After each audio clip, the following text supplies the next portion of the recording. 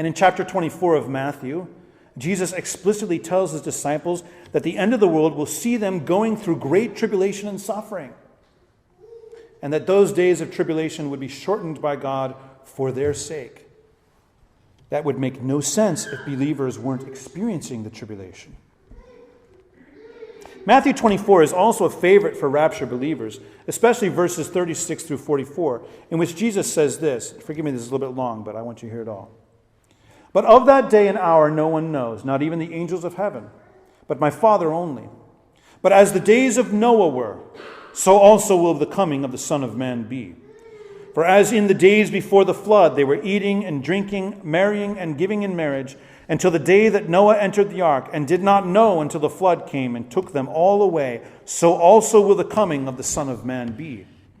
Then 2 men will be in the field, one will be taken and the other left.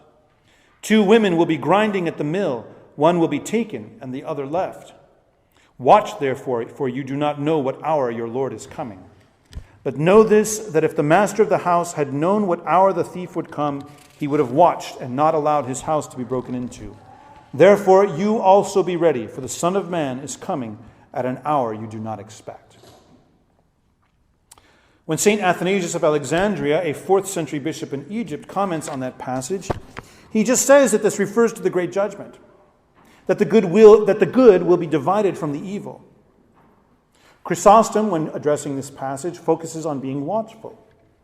St. Irenaeus of Lyon, a 2nd century bishop in France, says basically the same thing in 2 different places. Again, no rapture doctrine.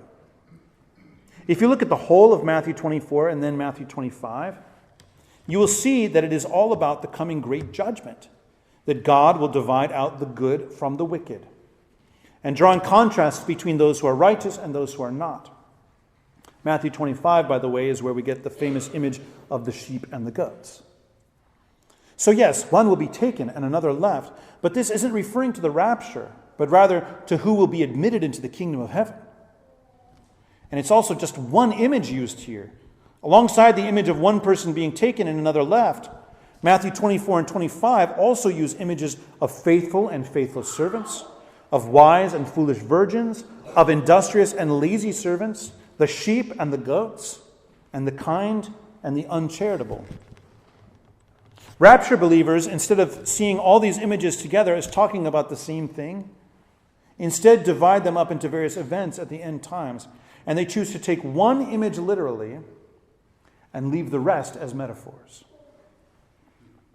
We could look at some other passages as well, but these are the primary ones used by rapture believers to prove their doctrine.